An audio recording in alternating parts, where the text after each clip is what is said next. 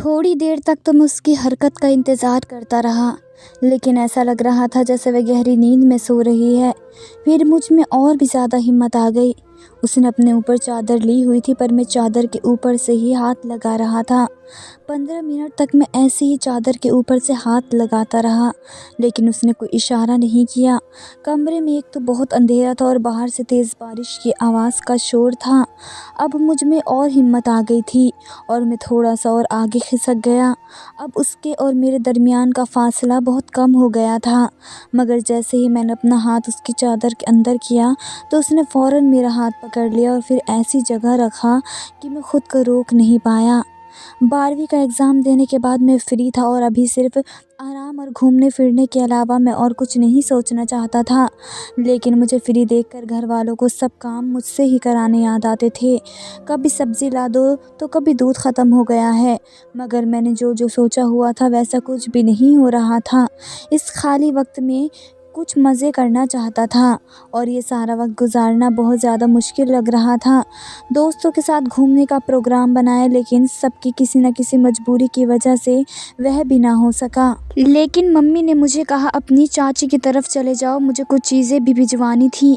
और वैसे भी तुम्हारी चाची इतनी बार तुम्हें आने का कह चुकी हैं, लेकिन तुम हो कि जाते ही नहीं हो। मेरी चाची लखनऊ में रहती थी और मुझे वहाँ जाना कभी भी इतना पसंद नहीं था, इसलिए पिछले 3-4 साल से मैं उनकी तरफ गया ही नहीं था।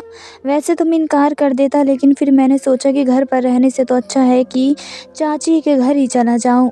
वहाँ थोड़ा मेरा वक्त भी गुजर जाएगा, वरना घर पड़े पड़े मेरी सारी छुट्टियाँ बेकार हो जाएंगी। 2 दिन के बाद मैं चाची के घर के लिए रवाना हो गया। चाची का घर लखनऊ के एक छोटे से इलाके में था। चाची मुझे देखकर बहुत खुश हो गई। मेरी चाची के 2 बच्चे थे, लड़की बड़ी थी और लड़का छोटा था। दोनों ही स्कूल गए थे और चाचा भी घर पर नहीं थे। चाची ने बताया कि तुम्हारे चाचा का दूसरे शहर में तबादला हो गया, इसलिए वे सिर्फ हफ्ते में 1 ही दिन आते हैं। खाने पीने से फ्री होकर मैं वक्त गुजारने के लिए छत पर चला गया। छत पर काफ़ी खुला सहन और एक तरफ 2 कमरे थे, जिसमें से एक स्टोर रूम बनाया हुआ था और दूसरे कमरे की हालत से लगता था कि इसको कभी कभार सोने के लिए इस्तेमाल किया जाता है। उस कमरे में एक छोटा सा पलंग बिछा हुआ था और उस पलंग के दोनों तरफ बिस्तर लगे हुए थे। सहन के एक तरफ एक छोटा सा वॉशरूम था, जिसकी हालत से लगता था कि वह बहुत ही कम इस्तेमाल में आता है। मैंने छत की दीवारों से ताक झांक करके मोहल्ले का जायज़ा लिया, लेकिन कोई इंटरेस्टिंग चीज़ नज़र नहीं आई। मैं नीचे आकर चाची के साथ बातें में बिज़ी हो गया। थोड़ी देर बाद बाहर का दरवाज़ा खुला और स्कूल यूनिफॉर्म में गोरी खूबसूरत लड़की घर में दाखिल हुई। उसके आने के अंदाज़े से मुझे मालूम हो गया कि वे चाची की बेटी ही है। अगर कहीं और देखा होता तो शायद ना पहचान सकता, क्योंकि वे बिल्कुल बदल चुकी थी। रंगत दूध जैसी सफ़ेद थी, बेदाग चेहरा, लंबे घने बाल जिनको उसने चोटी की सूरत में बांधा हुआ था। धूप की वजह से उसके सफ़ेद रंग में सुर्खी आ रही थी। उसने आकर मुझे प्रणाम किया, जिसका मैंने अच्छे अंदाज में जवाब दिया, लेकिन उसने कोई ख़ास रिस्पॉन्स नहीं दिखाया और अंदर कमरे की तरफ चली गई। कपड़े बदलने और खाना खाने के बाद वह अपनी पढ़ाई में बिज़ी हो गई। मैं उससे पढ़ाई की बातें करने लगा, वह मेरी बातों का बेरुखी से जवाब दे रही थी। उसके अलावा और कोई बात नहीं कर रही थी। मेरे पूछने पर उसने बताया कि वह 9वीं क्लास में पढ़ रही है और आजकल उसके स्कूल में टेस्ट चल रहे हैं। मैं चाची और उनके बेटे की बातों में लग गया, लेकिन मेरा जहन बार बार उसकी तरफ ही जा रहा था। वह मुझे जितना इग्नोर कर रही थी, मैं उतना ही उसके पास जाने के लिए बहाने तलाश कर रहा था। मेरे जहन में उसके बारे में कोई गलत सोच नहीं थी, लेकिन फिर भी मैं उसकी तरफ देख रहा था और चाहता था कि वह मुझसे बातें करे, लेकिन वह अपनी पढ़ाई में मगन थी और ऐसे शो कर रही थी जैसे मैं वहाँ मौजूद ही नहीं हूँ। रात को सब लोग छत पर सोते थे, मेरे लिए भी चाची ने एक साइड पर चरपाई पर बिस्तर बिछा दिया। वह चाची के करीब वाली चरपाई पर सो रही थी। सब लोग सो चुके थे, लेकिन मैं उसी के बारे में सोच रहा था। घर से तो मैं सिर्फ 2 दिन ही चाची के घर रहने का सोच कर आया था, लेकिन अब मेरा उसकी वजह से जाने का दिल नहीं कर रहा था। सब लोग सो चुके थे और मैं लेटा हुआ दूर से उसको देख रहा था, जो कि रात के अंधेरे में मुझे नज़र तो आ नहीं रही थी, लेकिन फिर भी उसकी तरफ देखकर मुझे सुकून मिल रहा था।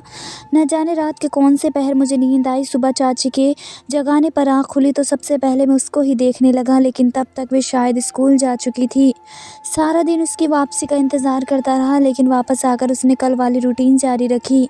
फिर मैं अपनी चाची के बेटे जिसका नाम करण था उसके साथ बाज़ार चला गया और उसको कुछ चीज़ें मैंने लेकर दी। मैंने वहाँ से उसके लिए भी एक चॉकलेट ख़रीद ली। घर आकर मैंने उसको चॉकलेट दी, लेकिन उसने ये कहकर इनकार कर दिया कि वह मुझे चॉकलेट पसंद नहीं है और दोबारा अपनी पढ़ाई में बिज़ी हो गई। वह मुझसे जितना अजनबी वाला बर्ताव कर रही थी, मुझ में और ज़्यादा कशिश हो रही थी। करण मुझे बाहर जाने का कहता, लेकिन मेरा उसके सामने से हटने का दिल भी नहीं कर रहा था। बस दिल करता हर वक्त उसी को देखता रहूं। इस रात भी हम सब छत पर सो रहे थे। अचानक बारिश शुरू हो गई और चाची ने मुझे कहा कि अंदर कमरे में जाकर सो जाओ। लाइट ना होने की वजह से कमरे में बहुत अंधेरा था। मैं धीरे से टटोलता हुआ बेड की एक साइड पर दीवार की साइड लेट गया।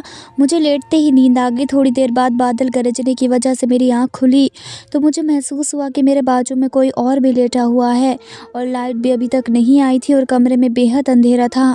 मेरे ख्याल से करण मेरे साथ आकर लेट गया होगा। उस वक्त आसमानी बिजली चमकी जिससे कमरे में थोड़ी सी रोशनी हुई और मैंने देखा कि मेरे साथ करण नहीं बल्कि उसकी बहन लेटी हुई है। मेरी तो सांस ही रुक गई और मुझे ऐसा लग रहा था जैसे मेरे अंदर जान ही ना हो। उसको अपने इतने करीब सोते हुए देखकर तो मैं अपना होश खो बैठा। मैं उसकी तरफ करवट लेकर लेटा हुआ था। जैसे ही कोई हरकत की तो जान निकल जाएगी। मैं काफ़ी देर तक उसी हालत में लेटा रहा। थोड़ी देर में कुछ नॉर्मल हुआ तो दिल उसको छूने को किया, लेकिन मुझे डर लग रहा था कि अगर उसकी आँख खुल गई तो कहीं कोई मसला न हो जाए।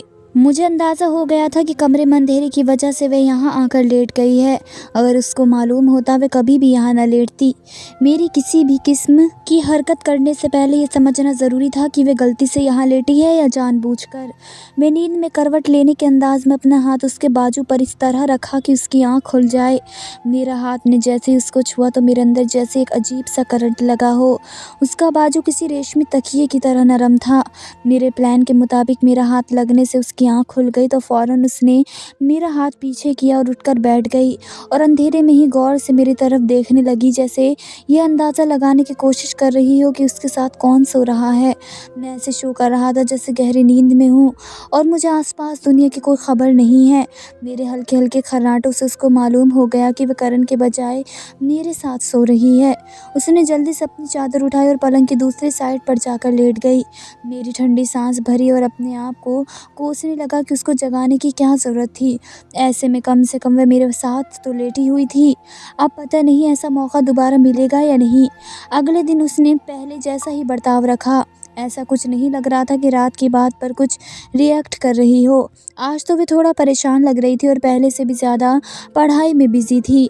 मैंने थोड़ी हिम्मत करके उससे परेशानी की वजह पूछी तो उसके बजाय चाची ने बताया कि कल इसका मैथ का पेपर है और ये मैथ में काफ़ी कमज़ोर है। मैंने कहा कि चाची आप फ़िक्र ना करें, मैं तैयारी करा देता हूँ। ये सुनकर उसको कुछ तसल्ली हुई। मैं देर रात तक उसके साथ बैठकर मैथ की तैयारी कराई। इस दौरान काफ़ी बार मेरा हाथ उसके हाथ को छुआ तो जैसे करंट सा लग गया था। उसके बाद वे मेरे साथ कुछ हद तक फ्रैंक हो गई थी। अब अगले दिन पेपर देकर आई तो काफ़ी खुश लग रही थी। मेरे पूछने पर उसने बताया कि पेपर बहुत अच्छा गया है और आज मेरे पेपर भी ख़त्म हो गए हैं। फिर उसने मुझसे हाथ मिलाकर मेरा शुक्रिया अदा किया और कहा, आपकी वजह से मेरा पेपर अच्छा गया है।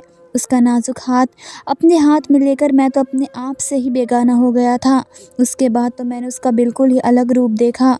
वह मुझसे बहुत ही फ्री हो गई थी और अगले 2 दिन हम लोगों ने खूब गपशप की। इस रात को सोते ही फिर से बारिश हो गई और चाची ने आज भी मुझे अंदर जाकर सोने को कहा था। मैं कमरे में बेड की दूसरी साइड पर आकर सो गया जहाँ करण सोया हुआ था। थोड़ी देर के बाद मेरी आँख खुली। कमरे में अंधेरा था। उस वक्त बिजली चमकी और उस चंद सेकंड की रोशनी में मुझे लगा कि मेरे साथ करण के बजाय वही सो रही है। मैं तो जैसे शॉक्ड हो गया। थोड़ी देर ऐसे ही लेटे रहने के बाद मैंने सोचा उस दिन की तरह उसको फिर जगा दूं, वरना लाइट आने पर या सुबह उठने पर चाची ने देख लिया तो पता नहीं क्या समझेंगी। मैं अपना हाथ उसके बाजू पर इस तरह मारा जैसे ही नींद में लग गया हो। मैं उठी और बैठकर गौर से मेरी तरफ देखने लगी और फिर दोबारा वहीं पर लेट गई। मगर मैं अभी भी लेटा रहा और सोने की एक्टिंग जारी रखी।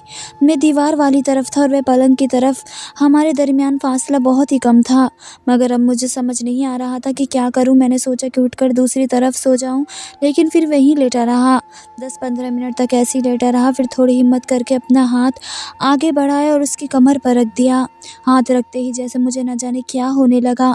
थोड़ी देर तक उसकी किसी हरकत का इंतज़ार करता रहा, लेकिन ऐसा लग रहा था कि जैसे वह गहरी नींद में सो रही है। फिर मुझ में और हिम्मत आ गई। उसने अपने ऊपर चादर ओढ़ी हुई थी और मैं चादर के ऊपर से हाथ फेर रहा था। 15 मिनट तक मैं ऐसे ही चादर के ऊपर से हाथ फेरता रहा, लेकिन उसने कोई रिस्पॉन्स नहीं दिया। कमरे में एक तो बहुत अंधेरा था और बाहर से तेज़ बारिश की आवाज़ का शोर था। अब मुझ में और हिम्मत आ गई और मैं थोड़ा और आगे को सरका। अब उसके और मेरे दरमियान का फ़ासला बहुत कम हो गया था, मगर जैसे ही मैंने अपना हाथ उसके चादर के अंदर किया तो उसने फ़ौरन से मेरा हाथ पकड़ लिया। मेरी तो जैसे जान ही निकल गई, मगर मैंने कोई हरकत नहीं की और मैं यूं ही लेटा रहा। मगर अभी तक उसने मेरा हाथ पकड़ा हुआ था। फिर वह सीधी होकर लेटी और मेरे हाथ को अपने हाथ में ही रखा। उसके ऐसा करने से तो मेरे पूरे वजूद में सनसनी फैल गई और मेरे दिल की धड़कन तेज़ होने लगी, मगर वह अभी भी कोई हरकत नहीं की थी। थोड़ी देर तक तो वह मेरा हाथ यूं ही अपने हाथ में रखे रही। फिर मेरे करीब होकर आहिस्ता से कान में कहने लगी, मैं साथ वाले स्टोर में जा रही हूँ, थोड़ी देर के बाद वहाँ पर आ जाना। इतना कहकर वह पीछे हुई और बैठकर चारों तरफ का जायज़ा लेने लगी। फिर वह उठकर कमरे से बाहर चली गई। उसकी ये बात सुनकर तो मैं पूरी तरह से अपनी होश खो बैठा और सोचने लगा कि जो लड़की मुझसे बात तक नहीं करती थी, वह मुझे इस रात अकेले में मिलने का कह रही है। खैर लाइट अभी तक नहीं आई थी और चाची खर्राटे लेते हुए सो रही थी। फिर मैं उठा और कमरे से बाहर आ गया, मगर अंधेरे की वजह से मुझे कुछ नज़र नहीं आ रहा था। मैं धीरे धीरे चेक करता हुआ स्टोर रूम की तरफ जाने लगा। अभी मैं स्टोर रूम के अंदर गया ही था कि उसने मुझे पकड़कर अपने साथ लगा लिया। वे दरवाजे पर ही खड़ी मेरा बेसब्री से इंतज़ार कर रही थी। फिर वे अपने प्यार का इजहार की। 2-3 दिनों में हमें एक दूसरे से प्यार हो गया था, लेकिन जब मैं अपने घर के लिए जाने लगा तो उसकी आंखों में आंसू थे। मैंने उसके करीब आकर कहा कि ये मत समझना कि मैंने तुम्हारे साथ सिर्फ टाइम पास किया है, मुझे तुमसे मोहब्बत हो गई है और घर पहुँचकर मैं मम्मी को रिश्ते के लिए तुम्हारे घर भेजूंगा। इतना सुनकर उसने नज़र शर्म से नीचे झुका ली। मैंने उसके आंसुओं को साफ किया और घर के लिए निकल गया। घर पहुंचकर अपने मम्मी पापा को रिश्ते के लिए भेज दिया। मेरे मम्मी पापा को भी कोई एतराज़ नहीं था। फिर मेरी चाची ने भी मंजूरी दे दी और इस तरह से हमारी शादी हो गई। दोस्तों, कहानी पसंद आई हो तो लाइक, शेयर और चैनल को सब्सक्राइब ज़रूर करें। फिर मिलेंगे एक नई और दिलचस्प कहानी में। धन्यवाद दोस्तों।